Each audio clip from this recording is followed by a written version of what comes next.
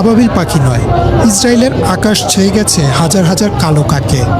ইরানের সাথে চলমান যুদ্ধের মাঝেই তেল আবিবের আকাশে এই রহস্যময় ও গা ছমছমে দৃশ্য দেখা গেছে।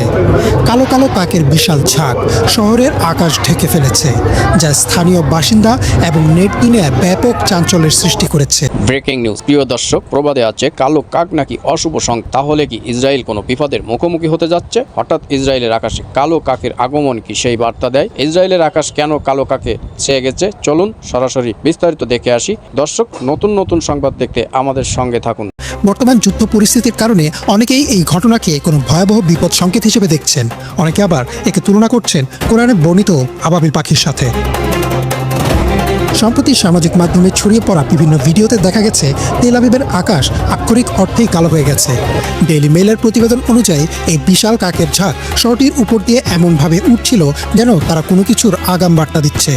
সাধারণত শীতের মৌসুমে পূর্ব ইউরোপ থেকে ঝাঁকে ঝাঁকে কাক বা ওই জাতীয় পাখি ইসরায়েলের মতো উষ্ণ অঞ্চলের দিকে আসে, তবে এবারের সংখ্যা এবং সময়টি স্থানীয়দের মনে আতঙ্কের জন্ম দিয়েছে। পাশ্চাত্য সংস্কৃতিতে কাক বা শকুন জাতীয় পাখিকে অনেক সময় হারবিঞ্জার অফ ডুম বা ধ্বংসের বার্তাবাহক হিসেবে বিবেচনা করা হয়। দ্য নিউজের তথ্য মতে অনেক লোকগাথায় কাকের এমন অস্বাভাবিক জমায়েতকে যুদ্ধ, মহামারী বা বড় কোনো প্রাকৃতিক দুর্যোগের পূর্বাভাস হিসেবে দেখা হয়।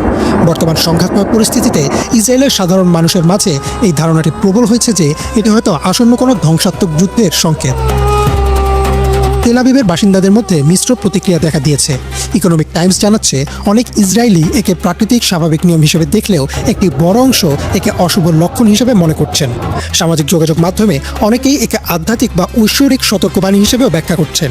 প্রাইম টাইমারের একটি প্রতিবেদনে বলা হয়েছে কিছু মানুষ একে কনস্পিরেসি থিওরি বা ষড়যন্ত্র তত্ত্বের সাথেও মেলাচ্ছেন, যেখানে বলা হচ্ছে পাখিরা হয়তো উন্নত প্রযুক্তির মাধ্যমে আসন্ন কোনো হামলার আঁচ করতে পেরেছে।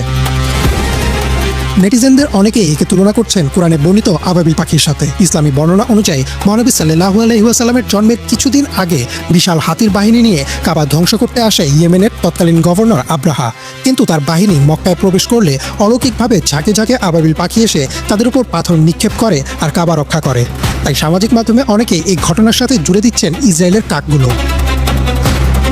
বিশেষজ্ঞদের মতে এটি মূলত পাখিদের একটি স্বাভাবিক আচরণ, যাকে মারমারেশন বলা হয়। খাদ্য এবং নিরাপদ আশ্রয়ের সন্ধানে বা কোনো শিকারী প্রাণীর হাত থেকে বাঁচতে তারা এভাবে দলবদ্ধ হয়ে ওড়ে। এছাড়া শহরে কৃত্রিম আলো ও উত্তাপও অনেক সময় পাখিদের আকৃষ্ট করে। ইরানের চলমান ক্ষেপণাস্ত্র হামলার প্রভাবেও কাকেদের এমন অস্বাভাবিক আচরণ হতে পারে বলে ধারণা করা হচ্ছে। তবে বিজ্ঞান ও যুক্তি যাই বলুক না কেন, মধ্যপ্রাচ্যের এই অস্থির সময়ে হাজার হাজার কাকের এই দৃশ্য ইসরায়েলিদের মনে এক অজানা আশঙ্কার জন্ম দিয়েছে। প্রকৃতির এই আচরণ নিছকই কাকতালীয় নাকি সত্যিই কোনো দুর্যোগের আভাস, তা সময় বলে দেবে। তবে আপাতত এই দৃশ্য তেল আবিবের আকাশকে এক রহস্যময় অন্ধকারে ঢেকে রেখেছে।